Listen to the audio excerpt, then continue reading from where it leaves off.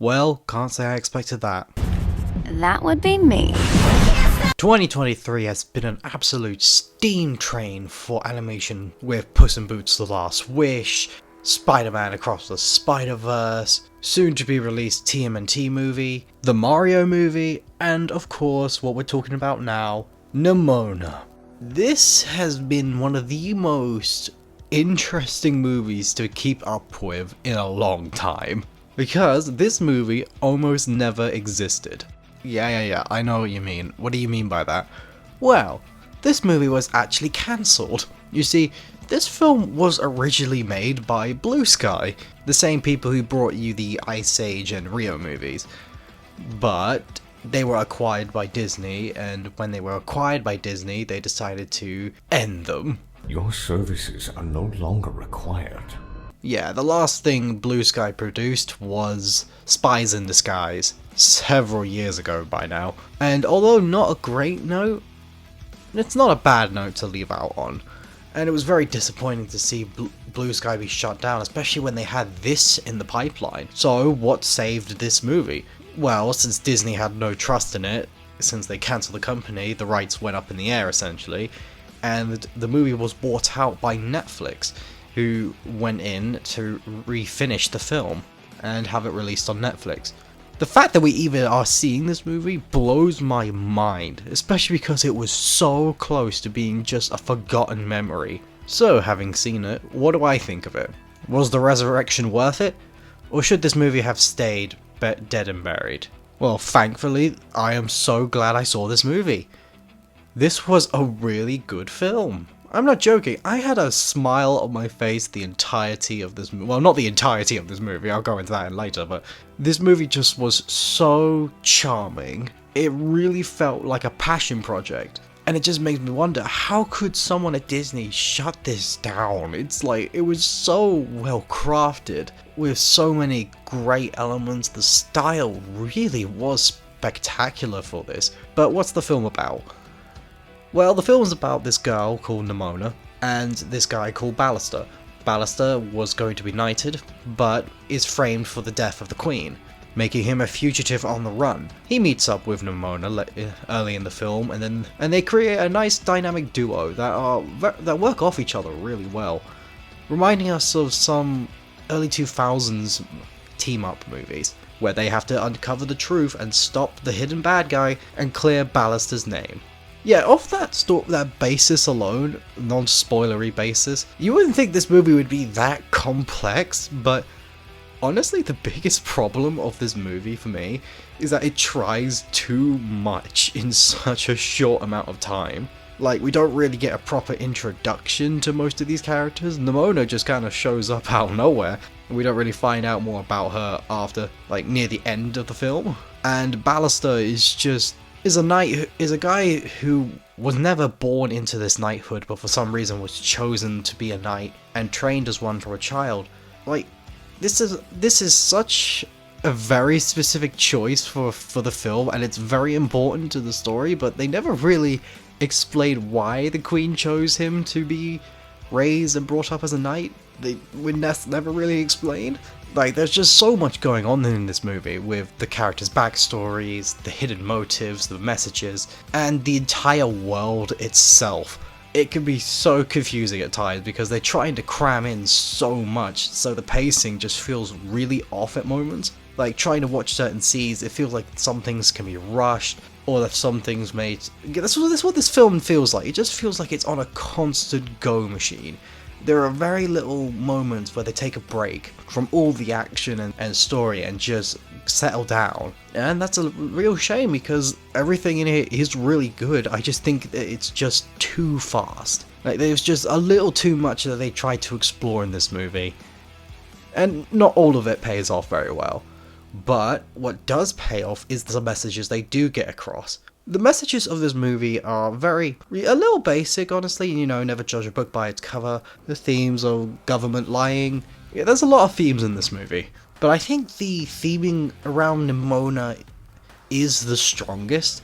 It's because later on we get a very beautiful scene with her where there's very minimum dialogue and it's explaining her backstory mainly. and actually was a clever lead into why the city is here and why people have a fear for monsters. I thought it was really well handled. Like, the first half of this movie is more of a early 2000s type movie. Think of something like Megamind and Despicable Me. Like, the story isn't that complex, although the animation is still spectacular, but it's where the second half of this movie is where it gets really good. With the final confrontation between Nimona and Ballister, the heavy theming, and the beautiful animation complementing each scene with the powerful music, it really can help make you tear up towards the end, because it was just like so well handled. The first half is probably the weakest, as that's where most of the stuff is going on, and not everything works, because there's just so much to get through. But in terms of characters, I really liked the characters. Ballister was quite sympathetic, honestly, because you genuinely want him to clear his name. Like, everything that happened to him in the movie just felt so unfair. You just feel so bad for the guy that you just can't help but want him to find a way out of it and find a way to fix everything for himself. Then you have his boyfriend. And here's something I thought was quite nice about the movie. Because yes, there is a gay couple in this movie.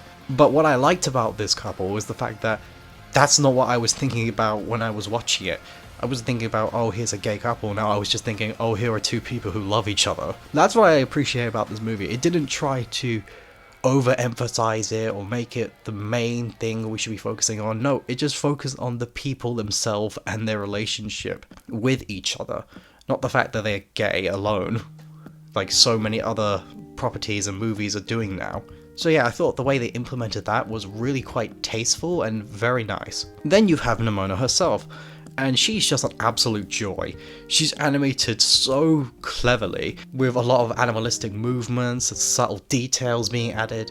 She's essentially another Looney Tunes-esque character. She's just so much fun, and her personality is infectious, with just how much she wants to do something. But she's not just a one-note character, she has a lot of emotion, she has a hint of sadness to her, and at the end we really start to see more about her and why she's like the way she is. And although it's a message we've heard several times, you can't help but feel a bit sympathetic for her, because the message still works just the same. But I have to be honest, there was one character who I did not like in this movie, and that was the villain. Just like early 2000s movies, this one has a kind of twist villain. It's revealed not too far into the movie, more in the middle of the movie, and it's the director, who takes over when the queen dies. And I was just like, it was like so obvious she was going to be the bad guy. Like, nothing about it just felt surprising, it just felt more obvious. So I was kind of grateful that it didn't just hide it that she was the villain up until the end. And her reasoning was pretty alright, but they just didn't explain it good enough. Like, they lay out the groundworks for it, you know, she has a fear of monsters, but the way they explain it, it's not really that in-depth. Like, they just say that she had a dream that monsters would start coming into the city, so that's why she decided to frame Ballister. But it was just, why? There's not really much more there. We're not really meant to see her point of view much. She's just a character I don't like. She doesn't really have any sympathetic qualities to her, which is perfectly fine, but they kind of act like she has a good point. Yeah, but it's not really that good a point, so it just kind of just feels like filler in this movie, and just a means to move the plot along. But out of every character in this movie, having one character who I dislike isn't a bad thing. And she's not really in the movie that much, and her death is quite satisfying. And finally, I want to talk about the animation, because this was the most standout part to this movie. This is so different to what Blue Sky had originally been doing for so long, that it's honestly surprising that this was the movie that got cancelled. One thing, I don't know if it's just me, but I kind of got Arcane vibes from watching this movie. A very techno, sort of medievalish city, with very robotic yet medieval characters in a way. I know Arcane's animation is, well, its style is visually more, like, spectacular, but I kind of got similar vibes here. It's like, it's hard to explain. I don't know, is it just me? I kind of felt Arcane vibes with this animation. And especially the fluency and action, it was very smooth and clean. The characters are so expressive with such nice designs. And that ending is so impactful with Nimona's monster design. It's so, like, monstrous, but also sympathetic. Like, the last bit with Nimona's backstory, it really felt like something Genndy Tartakovsky would make. Very minimum dialogue, very expressive animation, and a very emotional and depressing message. It just works for me all around the board. Yeah, this whole movie was just a blast. And although definitely not on the levels of, let's say, Spider-Verse, it's definitely above movies like the Mario movie, it's a very good film. It kind of just, I think the biggest problem is that it just kind of feels a little outdated. Like, most of the stuff and story beats in this movie have been done years ago, and they've been done better there. And I think that the parts that this film does get right, it excels with. So in the end, I'm very glad that Netflix saved this project, and I really hope that we can get more from this movie in the future. Maybe a sequel even. I'd pay to see that. But for now, I think this movie was a really good time. If you like fun adventures that have some heart to them, then you'll love this movie.